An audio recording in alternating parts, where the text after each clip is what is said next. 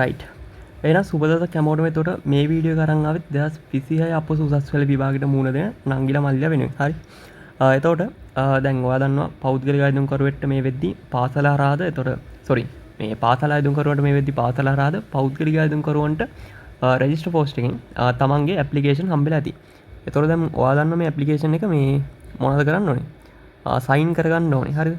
يعني පාසල් අයදුම්කරුවන්ට මේ ගැන ප්‍රශ්නයක් නැහැ. මොකද එයාලට ඉස්කෝලේ පාසලේ විදුහල්පති නැත්නම් නියෝජ්‍ය විදුහල්පති නැත්නම් අංශ ප්‍රධාන ගුරුවරයෙක් මේක සහතික කරලා දෙනවා. හරිද? ඒතකොට එයාලට ඒ ගැන ප්‍රශ්නයක් නැහැ. දැන් මේ ප්‍රශ්නේ තියෙන්නේ පෞද්ගලික අයදුම්කරුවන්ට. ඒතකොට කොහොමද මේක හරියට සයින් කරන්නේ? ඒතකොට කාටද පුළුවන් මේක සයින් කරන්න? ඒතකොට මේක සයින් කරන්න මේ සම්බන්ධ බලය තියෙන නිලධාරියෙක්වට ඔයා යන්න ඕනේ. එක්කෝ මුළු දිවෙන සාමිනිසු කෙනෙක් නැත්නම් දියුණු කොමසාරිස් කෙනෙක් ඒ වගේම ග්‍රාම සේවකයෙකුට පුළුවන්.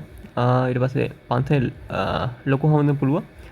ඔයා ඒ කියන්නේ සයින් කරන්න කලින් ඒ නිලධාරියෙන් අහන්න ඕනේ මේක සයින් කරන්න යාර බලය තියෙනවද කියලා. හරිද? කියන බලය තියෙන නිලධාරියෙක් ලබා තමයි මේක කරන්න ඕනේ. හරි. එතකොට මේකේ ඔයාලට පුරවන්න පොඩි දේවල් ටිකක් තියෙනවා. මෙතන අයදුම්කරුගේ අස්සන කියන තැන ඔයාගේ සිග්නේචර් එක නැත්නම් ඔයා අස්සන දාන්න.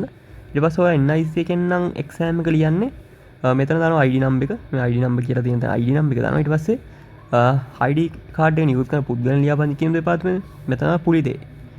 හරි ඒ පුද්ගලයන් ලියාපදිංචි කියන දෙපාර්තමේන්තුව කෙනෙක් කෙටියෙන්.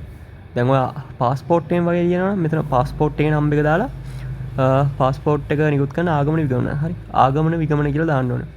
එතකොට ලයිසන් එකෙන් නම් මෙතන නම්බර් එක දැම්මා ID නම්බර් එක වෙනකොට ඊට පස්සේ ලයිසන් එක නිකුත් කරන මෝටර රථ හා ප්‍රවාහන දෙපාර්තමේන්තුවනේ. ඔව්. ඒ අදාළ ඩිපාර්ට්මන්ට් එක දැම්මා. හරිද? ඊට පස්සේ මෙතන ඩේට් එක තියෙනවා. ඩේට් එක තිබ්බට පස්සේ එතන ඔයා ඩේට් එක ෆිල් කරන්න. ඊට පස්සේ මේ සහතික කරන අයගේ අස්සන කියන තැන ඒ අදාළ බලයේ තියෙන නිලධාරියෙක්ගේ අස්සනයි සීල් එක ඒවට තියාගන්න පුළුවන්. ඒතර මේ යට තියෙන බොක්ස් එක ඔයාලට ෆිල් කරන්න තියෙන්නේ. ඔයා මේ ඇඩ්මිෂන් එක අරන් යන්න ඕනේ. ඊට පස්සේ අරන් ගියාට පස්සේ මේ ඇඩ්මිෂන් එක ඒ කියන්නේ ගන්න හරිද? ඒ කියන්නේ හෝල් එකේ ඉන්න සර්ලා මේ ඇඩ්මිෂන් එක ගන්නව ඔයාලට ගෙදර ගෙනියන්න දෙන්නේ නැහැ.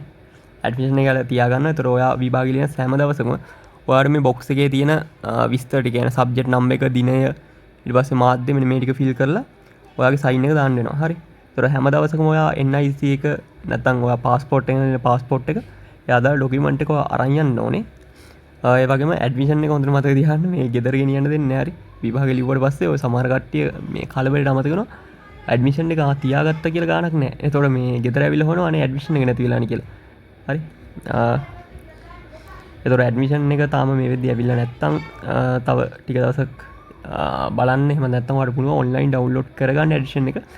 කොහොමද ඩවුන්ලෝඩ් කරන්න කියලා මම වීඩියෝ එකක් දාලා තියෙනවා.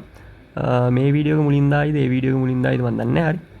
ඒතර මොකක් කර ප්‍රශ්නයක් තියෙනවා දැනගන්න දෙයක් තියෙනවා.